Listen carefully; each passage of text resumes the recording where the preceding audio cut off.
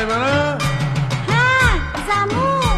তাহলে একটু সাজগোজ করো, লোকে দেখবো। কি দিয়া সাজুন? এইবার কিছুই তো দিলা না। কেমনে দেমু?